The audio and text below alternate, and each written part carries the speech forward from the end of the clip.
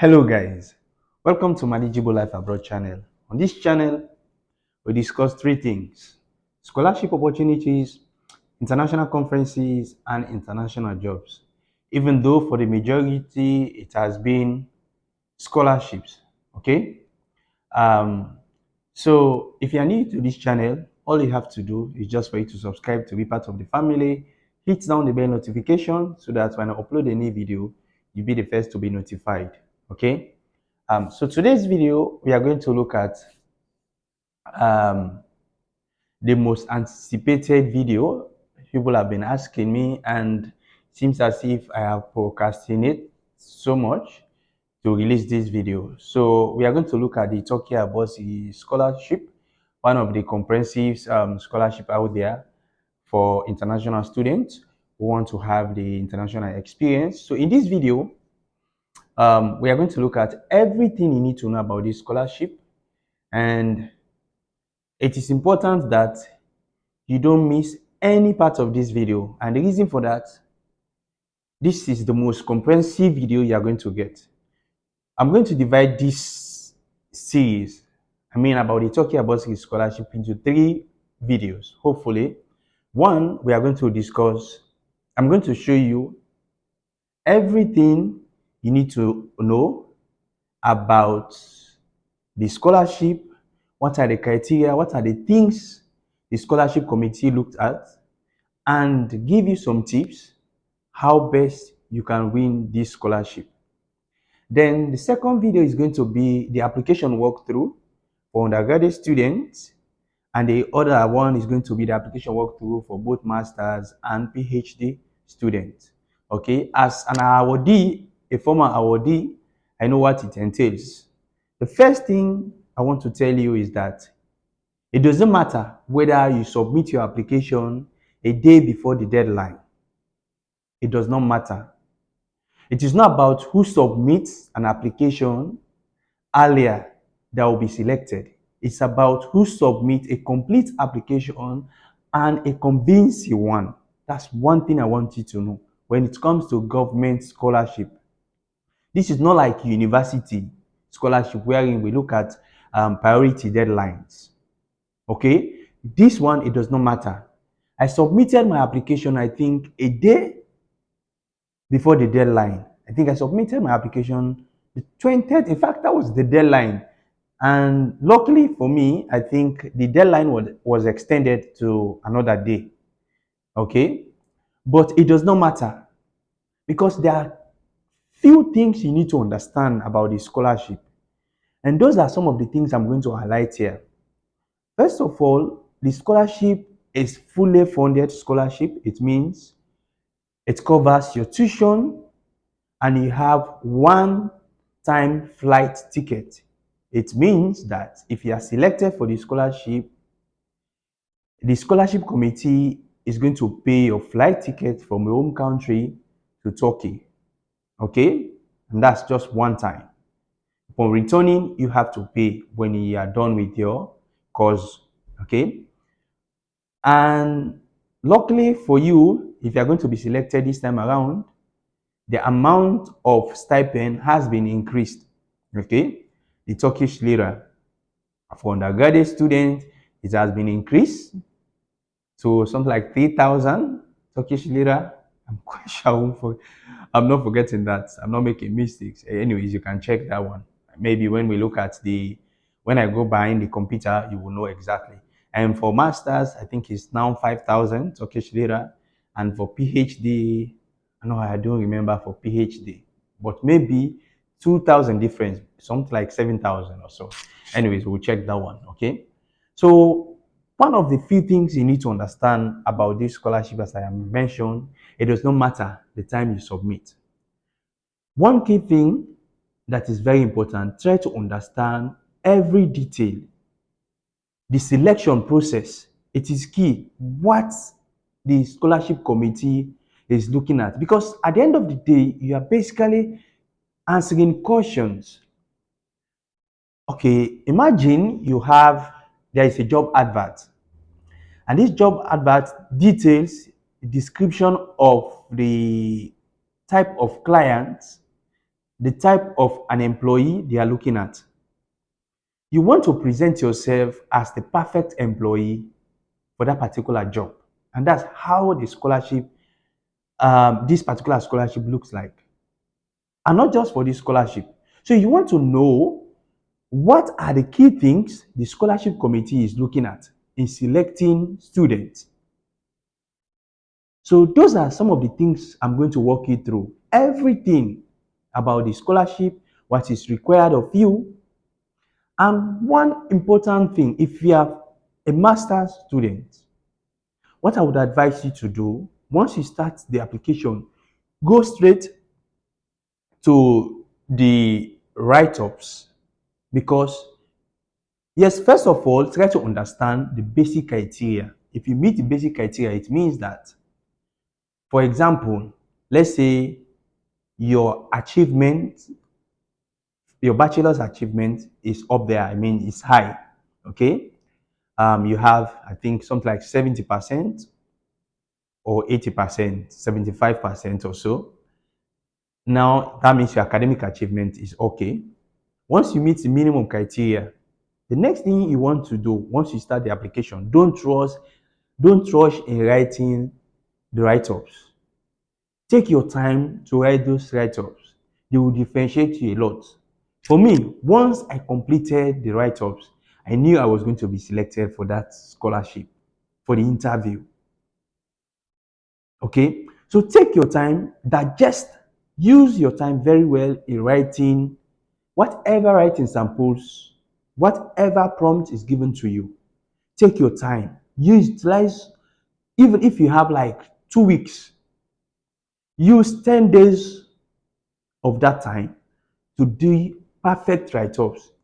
If you have someone else that will look at them, then it is good. Okay? Even if you're an undergraduate student, again, your motivational letter will differentiate you. Try to answer the question. There is no hard and fast rule on how to write motivational letter or letter of intent. All you have to do, try to understand the particular questions being asked and try to answer them well. Answer them by paragraph. Okay? So, one thing I want you to know before I go behind the camera to show you the things maybe I have not mentioned. Okay? And the scholarship provides you a living stipend, as I've mentioned, a flight ticket, your tuition fee, and they provide you with a free Turkish course. I mean, 1 year. So whether you are going to do your master's or bachelor's or whatever, PhD in English, you must do 1 year Turkish language. And if you're someone who is not okay in learning new language, I'm sorry, don't even apply for this scholarship because you are going to mess up. It's going to mess you up. You are going to be frustrated. I'm telling you, and this is the fact. So it's not about you just moving from your country to advanced country. It's about you being able to go there and excel. Yes, of course, it's an opportunity to go and socialize and maybe use that as an opportunity to go to somewhere. But that does not work for everybody always. I was in Turkey, and fortunately for me, I've relocated to somewhere else. However, that might not work for everybody. Okay? So, what I want you to know is that if you are not okay with learning a new language, don't go because you are going to be frustrated. You are going to be frustrated and you don't want that. Don't even attempt in applying. Now, moving away from that, the other thing I want you to know is that take your time, understand every question being asked. If you are asked about font size, use the font size. If you are asked about spacing, read every criteria and put in a solid application. So the next few minutes, I'm going to take you through at the back of my computer to show you every other thing that I have not mentioned in this video. Okay? As this will help you in putting in a solid application. Then the next video you should look at, if you're an undergraduate student, is the application walkthrough. I'm going to show you, I'm just going to create, maybe just highlight certain things because there are certain words people may not understand. And I'm going to explain all of them in my next video. That's will be like part 2, and the part 3 is going to be for masters and PhD. But for now, it's a combination of masters, PhD, and bachelors, the criteria, the things you should look at.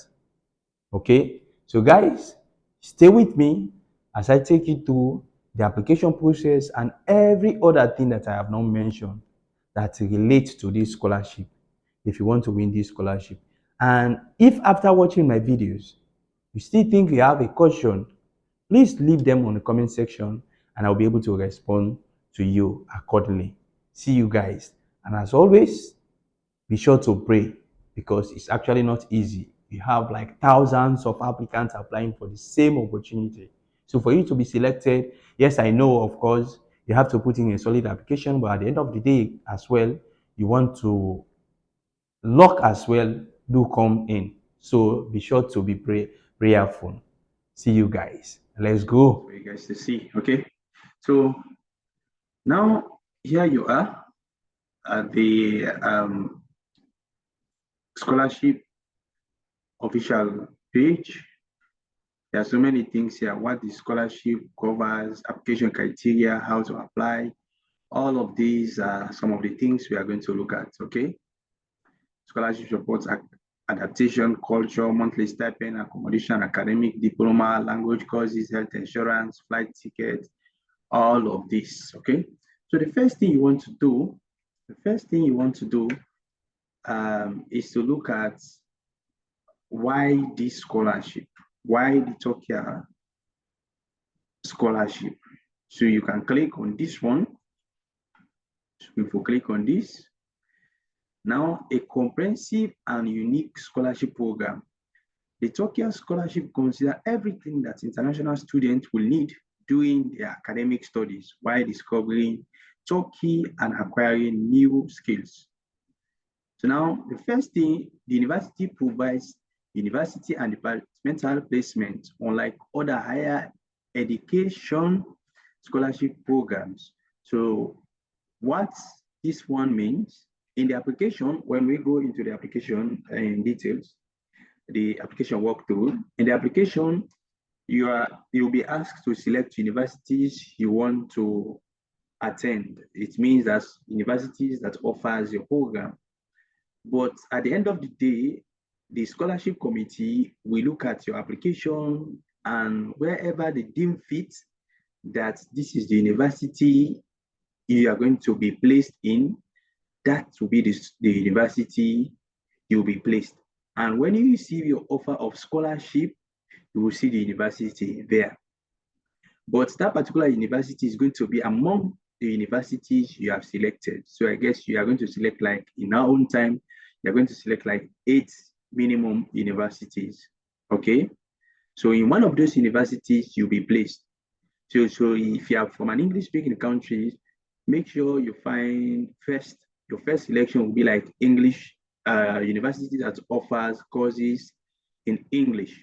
Even though at the end of the day, remember, as I told you, you have 1 year program, Turkish language course.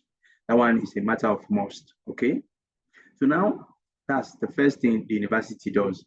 The other thing is that it covers your tuition fees, everything you don't have to pay a dime, allows you to learn the language of the country study with 1 year Turkish language course. Those resources are diversified in your academic research and daily life becomes more pleasurable, of course. So because you have to communicate with the locals, it's important, even if at the end of the day, your language of instruction, your course of study is going to be in English, you need to learn the language. And for some cases, even your language of instruction is going to be in Turkish. Okay? So note that and prepare to learn the language. Okay? Provides accommodation for students arriving in a new country. Of course, there are dormitories. Maybe you'll be placed like 5 in a room or 4 in a room. It depends on the situation. Okay? So, and they will be cleaning your place. You don't have to clean. You do your laundry, there's a laundry machine. So you basically, all you have to do is just to learn. They'll provide you with food. Morning, which in Turkish we call it kahvaltı.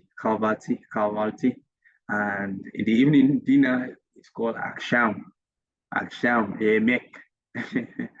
Anyways, guys. So, and the other thing they provide, students support you on your journey into Turkey. And when you return to your country at the end of your education period and covers your once off flight ticket, it means once you are awarded the scholarship for you to go to Turkey, you're going to be provided with the ticket. You don't have to pay. Unlike other scholarship where you're going to pay for your flight. But after your studies, you're going to pay for yourself now because remember, you have some stipend. So be keeping that money, especially at the end of your program. Okay. And they are going to support you because they are going to receive you at the airport and take you to your dormitory. Allows you to take full advantage of widespread health services when necessary with health insurance. So they provide you with health insurance. In that case, you go to government hospitals, and once because you are a student, a Turkiye Burslari scholar, it doesn't mean you are not going to pay, but the amount you are going to pay is very minimal. Okay, very, very minimal. I'll also provides monthly stipend. So this is 3,000. The dot here is 3,500 Turkish lira at undergraduate level, 5,000 Turkish lira at master's level, and 6,500. So guys, this one I said 7,000. So it's actually 6,500 for Turkish lira at PhD level per month. Okay. Before this time, it was like for undergraduate, I think it was 1.5. Yes. And for masters, we are receiving 2,500. So they've doubled this one. Okay. So that's it. So it's important you know this one. And they just summarize everything here. University and program placement, accommodation, monthly stipend, health insurance, flight ticket. So know the tuition fee. Okay, so the next thing you want to know, you go back to the Turkiye scholarship. The next thing you want to learn about is the criteria. Okay, application criteria. So we can click on this one. Application criteria. This is key. Know this before you put in an application. Okay. So, hey God, someone is disturbing me, guys.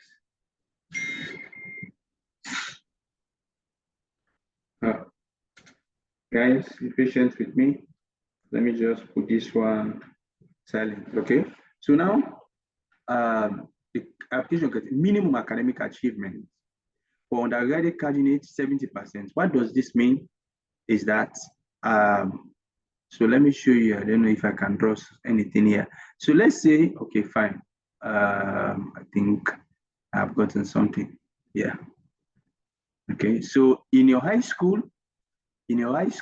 let's say if you have like for your WAFs, for those that are in Africa, for you to check this percentage, okay?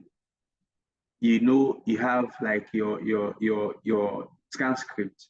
I mean like your report cards from SS1, SS2, SS3, you have to submit them. And those ones, what happens is that you have grades for each subject. So you're just going to find the, basically like for this one, the average, and that should give you this. For graduate students now, is very simple. If you are working with a GPA, let's say if your school, your overall GPA is 4.0, and you have 3 points or 3, so you are just going to say 3 divided by 4, okay, multiply by 100, okay, multiply by 100. So when you do that, this will be like 4 year 4 year is 25, okay. So now 25 times this will give you 75. Okay, 75%. So that's it. So that means this is the minimum for undergraduates. You need to have 3.0 GPA if you are on a scale of 4. If you're on a scale of 5, you just need to do interpolation. You'll be able to figure that out as well. Okay, so that's it. So now the next for candidates of health sciences, that means medicine, dentists, and pharmacists, you need to have 90. So for them, it's really, really high. You need to have 90%. If you don't meet this criteria, don't start your application. Because some of us, we like to take risk. Understand the criteria. Make sure you meet the criteria, because from the very first stage, this is the first thing they're going to look at. They know some people take chances, even when they don't meet the criteria. They are going to be eliminated from the first stage. I'm sorry to spill that to you, but that's the fact. Make sure you check your GPA and see that you are within the criteria. If you're not, don't apply, don't take the risk, except if you want to waste your time. Okay. Now we have age criteria. This is age sensitive. Okay. For undergraduates, you have to be age 21, under age 21, under age 21. So you have to be 20. They are not even up to 21, being under the age of 21. Masters, age of 30, under.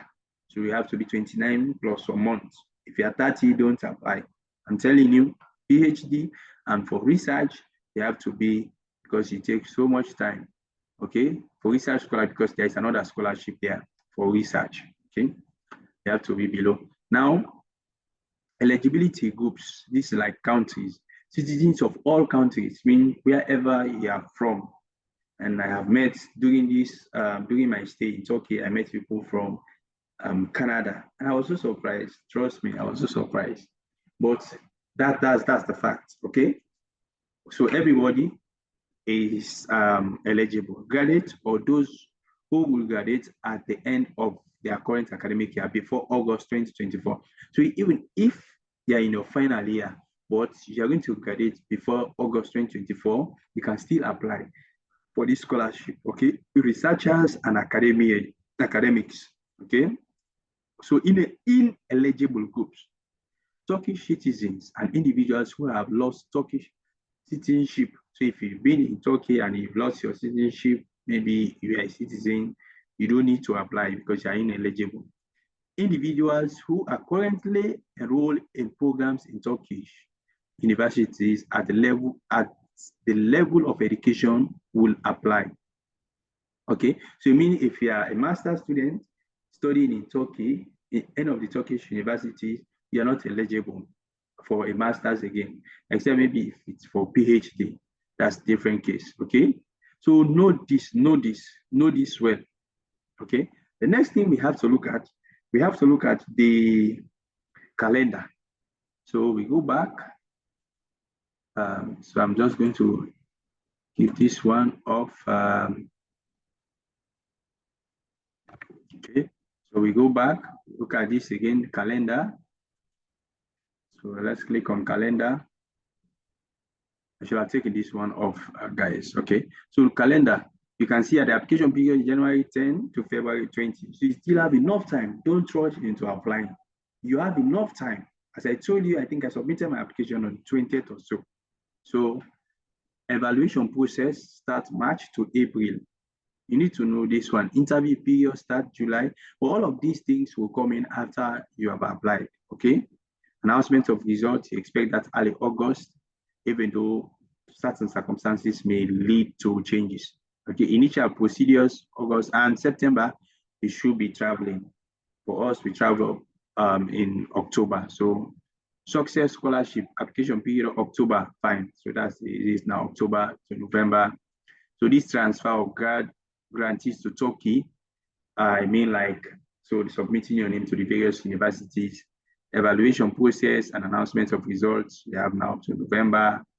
Research scholarship, they have their own period. Okay, so guys, I think I need to take this thing so it won't disturb. So let's go back. Notate. Okay, erase. Let me just take this quickly.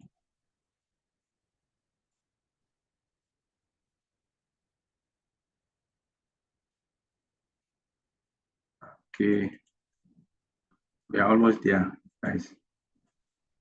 This thing don't get to stop. Okay. Fine. So we are done with that. That's the calendar. Next thing we have to look at is the application procedure in 5 steps. The application in 5 steps. Let's click on this one and see. So you have to create your personal account on the Turkiye Scholarship. That's something we are going to do. You list your dream university and programs. I mean, number 2, you upload all required documents. It will also be beneficial for you to include your extracurriculum activities. This is key. Some of us, we don't have. So you have, but you don't know that these are extracurriculum activities. Make sure you include them and write, and they have to align with your program. Don't just put any, you're not going to apply for a like master's in civil engineering, and you start putting things like, is it swimming or something, even though it's sports, but look at something that more or less has to do with improving your thinking or something related to engineering. Be creative at times. I'm not saying for you to lie, but just be creative in applying. Figure out something that aligns perfectly, okay, with what you're going to study and achievements in different fields. So then when you're done, you list your dream university and program preferences. What's your program of study? You write an original letter of intent explaining your preferences. It depends whether it's master's, PhD, or bachelor's. Expectations and goals for the future. So basically what you are saying here, your letter should have your preferences. It means like, if I'm going to study civil engineering, I should indicate it there. And your expectations, what are you expecting, okay, from the scholar, from what you are going to study, what you think you are going to learn, and your goals for the future. What are your long-term goals? After reviewing all the stages and documents, approve your application. Then you have to approve your application, saying that, okay, I've read everything and all the information I have submitted here, they are true to my knowledge. Now, let's come to something very important here, required document. For applications made online through the Turkiye Scholarship application system, okay, all candidates must upload the following document to the system: a valid identity document. It can either be an ID card or a passport. That's not what I like about this scholarship.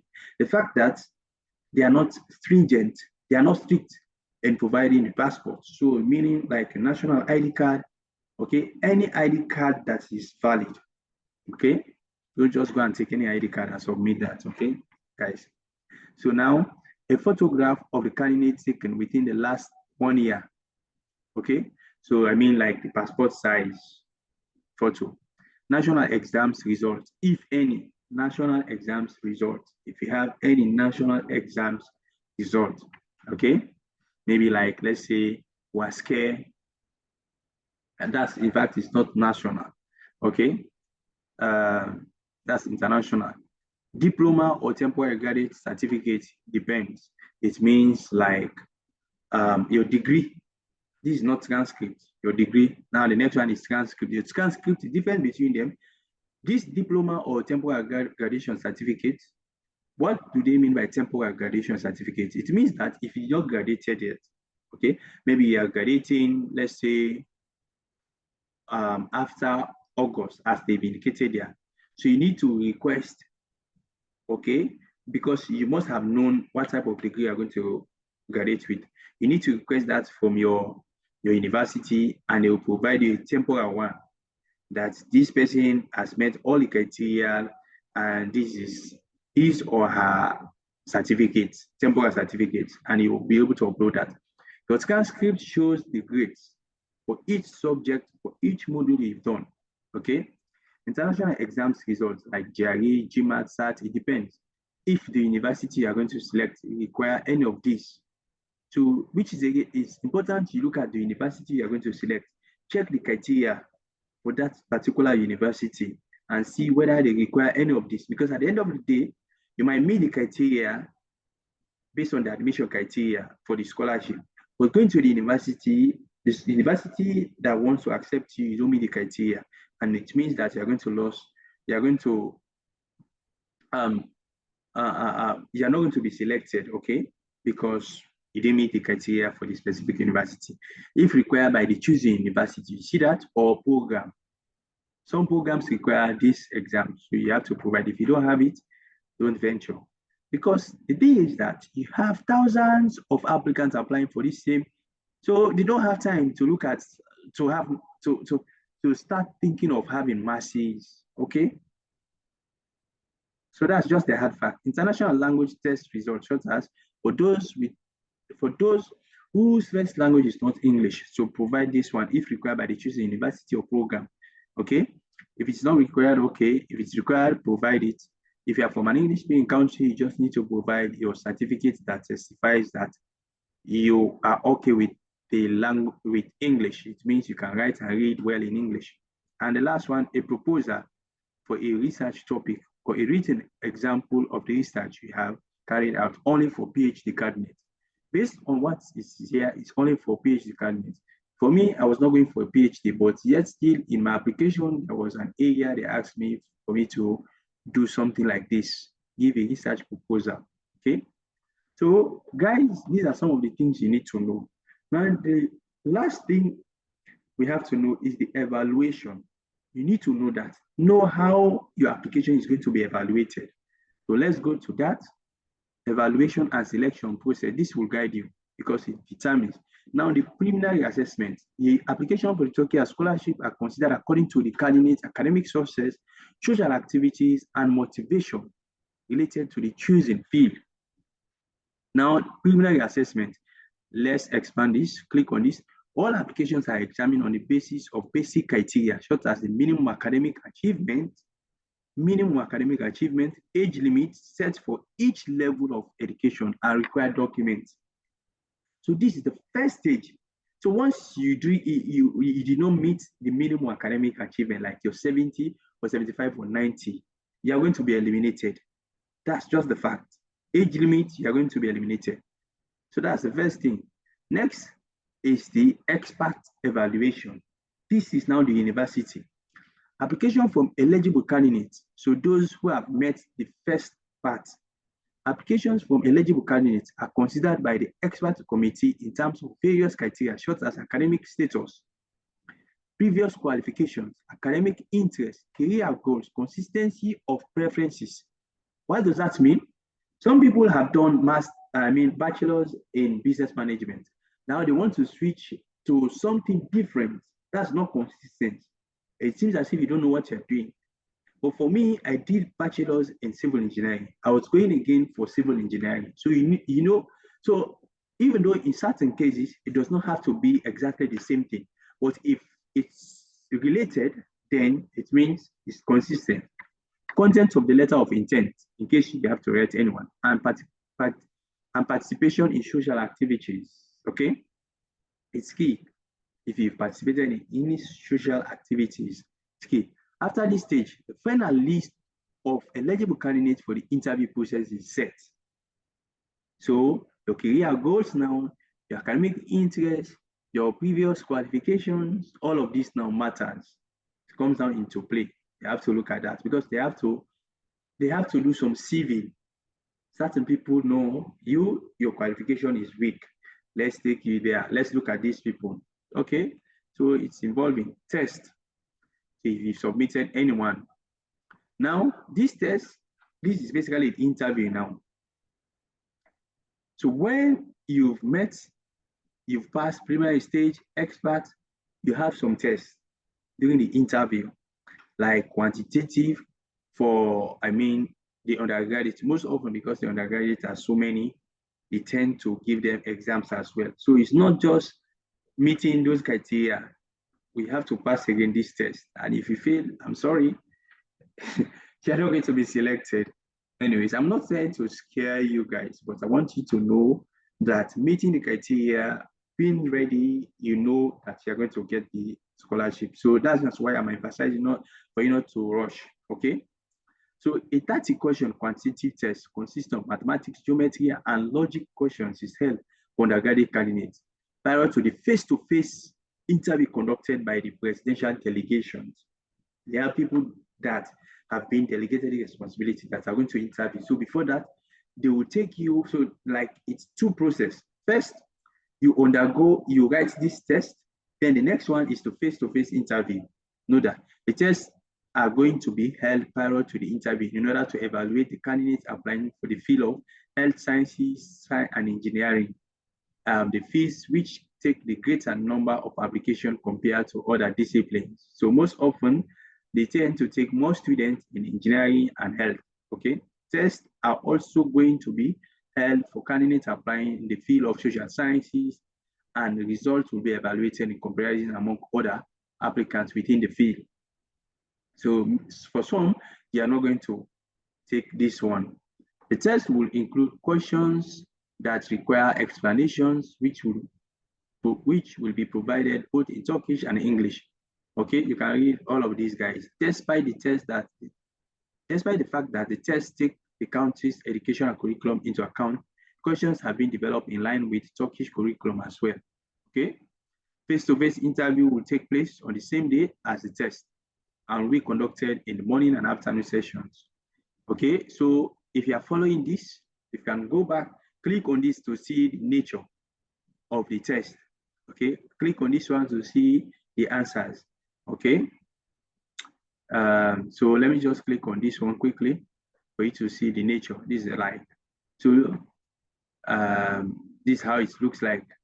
Now you don't understand anything here, but if you take your time, you understand these ones. Huh? Guys, anyways, let's go back.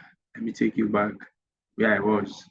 So now that's the test. The next thing is the interview. Okay, welcome entrance. The interview, which usually lasts 15 to 30 minutes, is carried out. But imagine you pass all that stage. This stage, you're not going to fail. So you welcome, they check of document. They will look at your document again because they will ask you for you to bring the originals. You have to check whether what you've uploaded to the system is in conformance with what you have. Purpose of the candidate application. What was the purpose? Whether it's for masters or this academic knowledge and career goals. So they will ask you questions now relating to this. Closing and candidate questions to the committee. They will ask you, do you have any question? And it should be able to say something. Please have questions in mind before you go to that interview. And don't just say, no, I don't have any question. No. This is competitive. Candidates invited for the interview are required to bring all documents and certificates of the latest education they have completed, okay, to the interview. That's key. And finally, the final assessment, the results of the interview of the applicant conducted by the interview committee are evaluated by a selection committee, and a list of applicants who will receive scholarship is created. And then the next thing will be the final evaluation stage. The general eligibility of the candidates for the Turkiye scholarship is evaluated. Okay, so know these things. These are key. Know everything as I have emphasized. So the next video, because I don't want to make this video so long, the next video, I'm going to take you through the application walkthrough for undergraduate students. And the last video is going to be the application walkthrough for master's students. So stay tuned to the channel and let's do this together. Okay, share the video so that other viewers out there can learn from this. It's key, don't trust into applying. Make sure you know every nitty-gritty that is involved in the application. Okay, so guys, thank you so much and see you again. We'll meet again for those that are aiming for undergraduate and those that are aiming for masters and PhD.